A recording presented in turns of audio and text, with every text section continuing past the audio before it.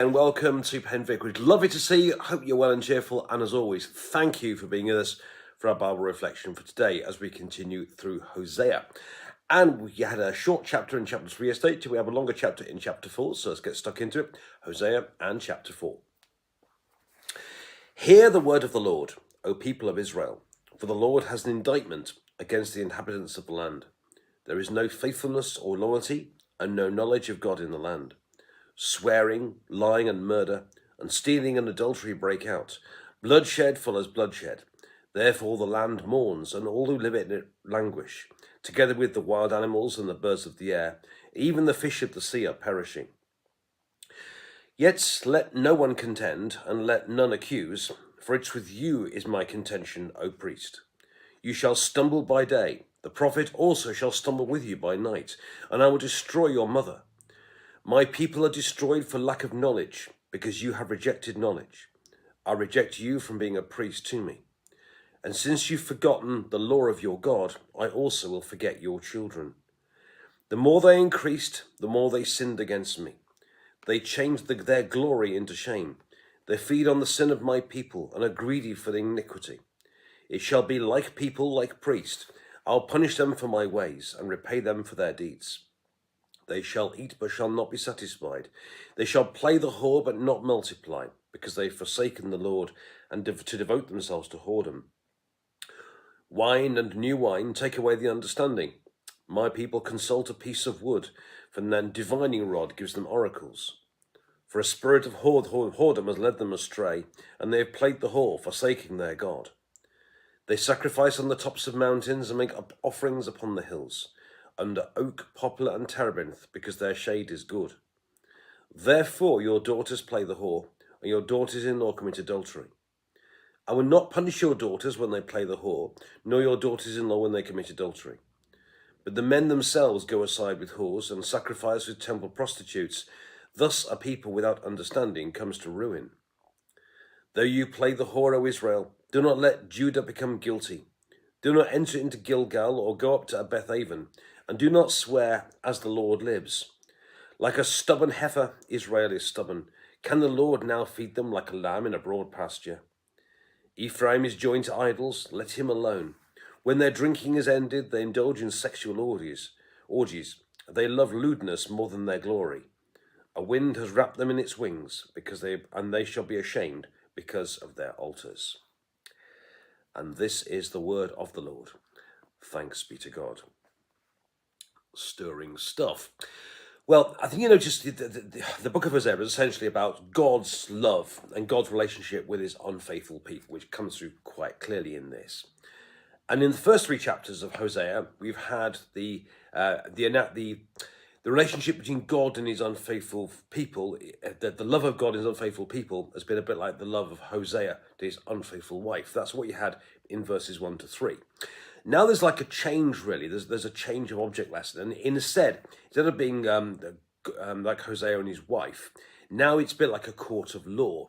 So it says here in chapter 4, verse 1, hear the word of the Lord, O people of Israel, because the Lord has an indictment against the inhabitants of the land. So whereas the first 3 chapters are a bit like that of a loving husband to his unfaithful wife, now we have a bit like a court of law. It's different language altogether. This is a different way of thinking, but now it reads a bit like a court of law.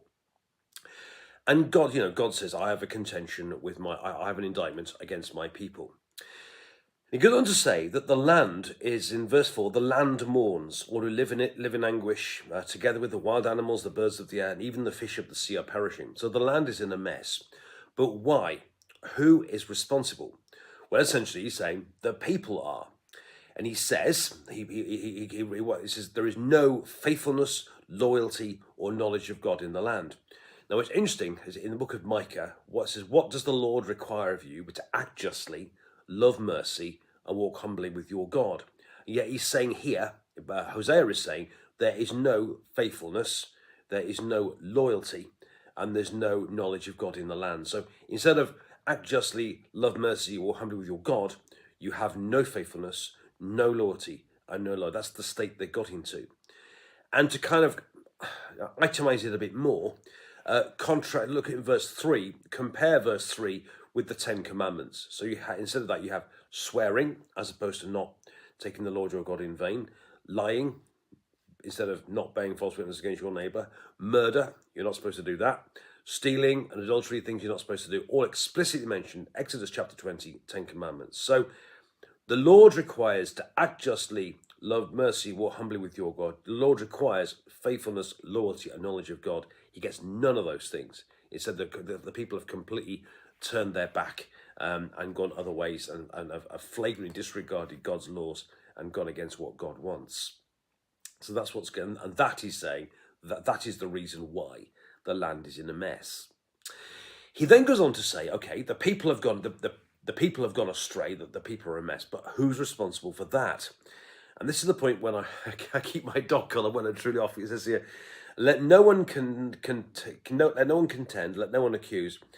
For my contention is my contention with you is my for with you is my contention, O priest. In other words, who's responsible? The clergy, essentially, because they haven't taught the people properly. It's quite clear that the priests have gone astray.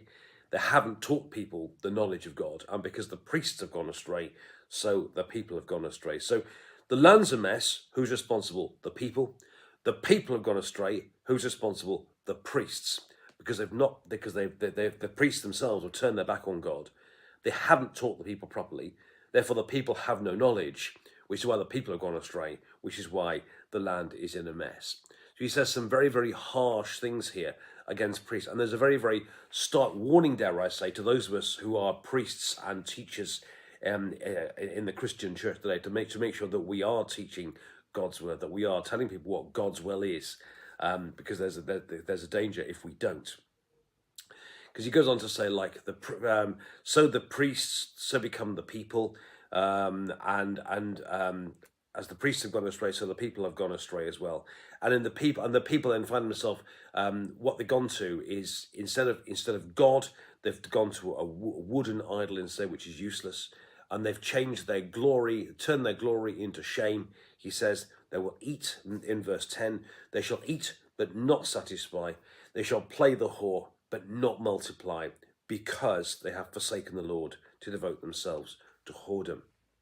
So instead of God, they've turned their back on God and they've turned to bits of wood instead. So just to conclude what we've got so far, the land is in a mess. It's in a mess because the people, instead of acting justly, loving mercy, walking above God, have turned their back on God instead. There's no faithfulness, loyalty, and knowledge of God in the land. So the land's in a mess because the people have gone astray. The people are in a mess because the priests are in a mess and they've taught the people badly. He then goes on to talk about, was it wine and new wine take away understanding, and say people do all these useless things. But what I think is quite interesting also is he talks about sexual immorality, and he talks in quite strong terms in verse 14, about verse 13 and 14, about behaviour of the young women, the daughters and the daughters-in-law, how they commit adultery and how they offer themselves to whoredom, and so on and so on and so on. But what's quite interesting here and quite noticeable is that, unlike earlier on in the Bible, dare I say, they don't blame the women, actually. He says basically, I will not punish your daughters, blah, blah, blah, for the men themselves go aside with whores and sacrifice the temple. So in a sense, the reason the women have gone astray like this is because there's a market for what they're offering. And if the men hadn't led them, if the men weren't offering them the opportunity to do these things, they wouldn't have done it. So it's quite interesting here that the land's a mess because the people have gone astray. The people have gone astray because the priests are in a mess. The young women have gone astray because the men give them a market for what they're offering. So God is quite careful in the people that he blames. He's very keen here that the responsibility goes with, if you like, the causes of the problem as much as the people doing it. He's quite keen to blame, if you like, the people in power, the people with responsibility, the people with the money, the people who have the ability to teach and so on. He's quite careful with that. And with such a view as well, he's quite keen to say to Israel, remember the land's in two parts, there's Israel in the north and there's Judah in the south, that Israel has clearly gone astray. He's quite keen to say, look, you guys have gone astray, but don't take Judah down with you. So he says in verse 15, though you play the whore, O Israel, don't let Judah become guilty. Do not enter into Gilgal, blah, blah, blah. So make sure that, okay, you've gone astray, but don't take the Judeans down with you as well. So there's a theme in this chapter that things have gone amiss, people have gone amiss, all sorts of people have gone astray. But it's not just their fault. The responsibilities with people in power, responsibilities with people who lead others astray as well. So the importance, it's a bit like someone once talked about crime and the causes of crime here. And here you've got problems, but also the responsibility with the cause of the problems, the people with the power, the people with the money, the people with the ability to teach, and the awesome responsibility of those who speak the word of God. So, as you can see here, the land's gone astray because the people have gone. The land's a mess because the people have gone astray. The people have gone astray because the teachers haven't taught them properly. They're responsible for that. Okay. What they've gone to, they've exchanged their glory for shame. Instead of worshipping the one true God, they're worshipping bits of wood instead. Okay, and it's not doing them any good. That their young women have gone astray as well. But the reason they've gone astray is because there's a market for what they're offering. And if the men didn't treat them badly, then the women wouldn't do this. And finally, he's saying, yes, you, Israel, you've gone astray, but don't take others down with you. So there's lots in here for us about responsibility, about leadership, about sin, about turning to God, about doing what's good for us as opposed to what's going to bring us down. There's lots to think about in this chapter. Have a read again and make comments at the bottom if you wish to. Share the message with your friends. Have a lovely day. God bless you. Thank